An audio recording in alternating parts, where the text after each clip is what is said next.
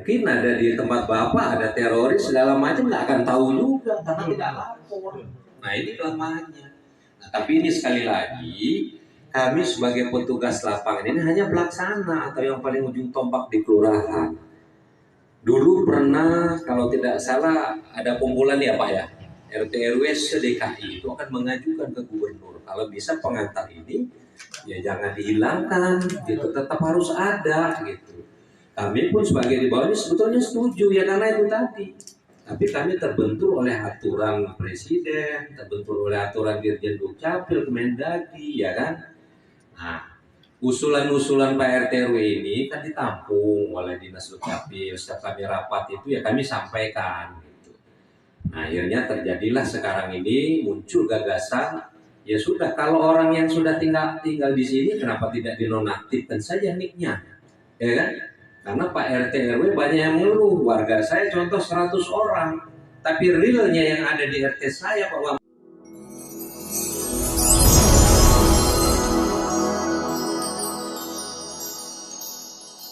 Mungkin ada di tempat Bapak ada teroris segala macam, nggak akan tahu juga karena tidak lapor. Nah ini kelemahannya. Nah, tapi ini sekali lagi kami sebagai petugas lapangan ini hanya pelaksana atau yang paling ujung tombak di kelurahan.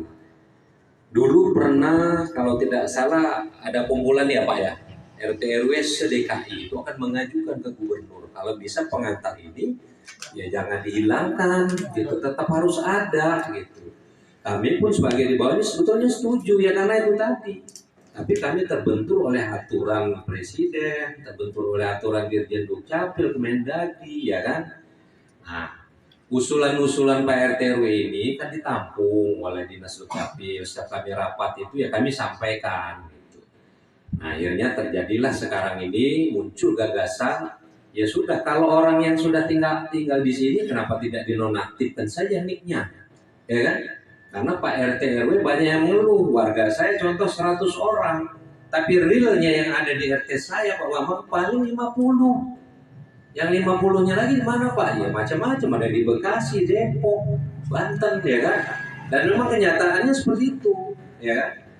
Begitu muncul penataan NIK ini digulirkan, nama-nama mereka sudah masuk, diumumkan di media sosial, ngecek tadi Google bisa sekarang. Kalau mau ngecek NIK kita terdaftar dan tidak dalam penonaktifan, lihat di Google, ketik Jakarta mendata warga. Nanti baru ketahuan masukkan NIK-nya. Kalau tidak masuk dalam pendataan, NIK tidak masuk, ya nggak usah khawatir, berarti kan nggak masuk. Ini masih banyak yang salah Pak, NIK saya kok nggak ada ya Pak dalam, bukan tidak ada, tidak masuk dalam pendataan, aman. Kalau yang NIK-nya terdaftar dalam pendataan untuk penonaktif, nah itu yang harus lapor. Kalau tidak lapor nanti akan diblokir, gitu. Nah, jadi ini sudah digaungkan oleh pimpinan kami. Nah sekarang ini tinggal pelaksanaan. Tapi sampai saat ini Bapak Ibu diketahui belum ada yang dinonaktifkan, belum. Ya, masih masuk daftar. Tapi orang udah kalah kabut sekarang. Yang tidak mereka benar-benar menyadari tidak tinggal di sini itu mengajukan pindah Pak. Ada data, kalau mau minta data dari kami yang mengajukan pindah banyak, karena mereka menyadari di sini sudah tidak punya aset. Karena di peraturan kepala dinas kami, ini yang saya bawa ini 108, nanti saya Pak RT RW kalau ada kesempatan kelurahan ya, nanti saya bagi. Memang di sini boleh yang bersangkutan memakai alamat di sini dengan catatan memiliki aset. Nah, memiliki aset ini ada dua kategori. Satu, sertifikat rumah atau AJB atas nama ibu, misalkan Bogdan, atas nama dia. Tapi ibu ini nggak tinggal di sini, tinggal ceritain rumah saya kontrakin. Ibu masih berhak pakai alamat itu karena ibu memiliki aset. Pak, saya kan tinggal di situ, alamat orang tua saya Pak. Masih ada nggak orang tuanya? Udah nggak ada Pak orang tua. Waris punya nggak? Punya waris. Mana warisnya? Berarti kan memiliki aset. Anaknya 1, 2, 3, 4, 5 di dalam situ dia kan ada namanya dia. Kalau sudah dibuatkan waris, tentunya kita punya waris kalau bapak atau ibu kita sudah meninggal.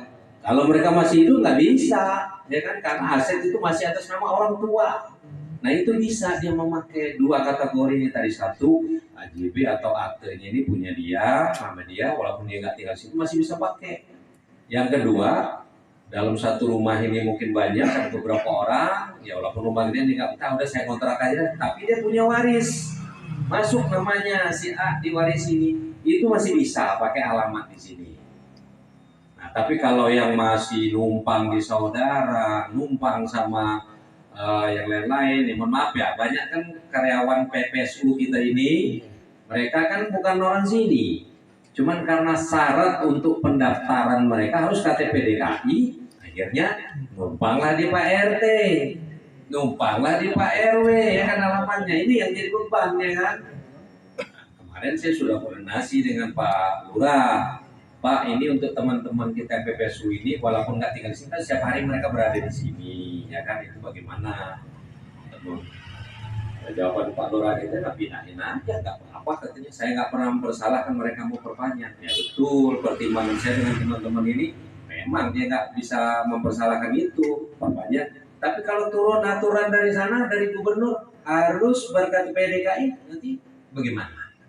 Kata Pak Lurahnya ngomong lagi, bukan aturan saya, ya kan? Kan kasihan teman-teman ini.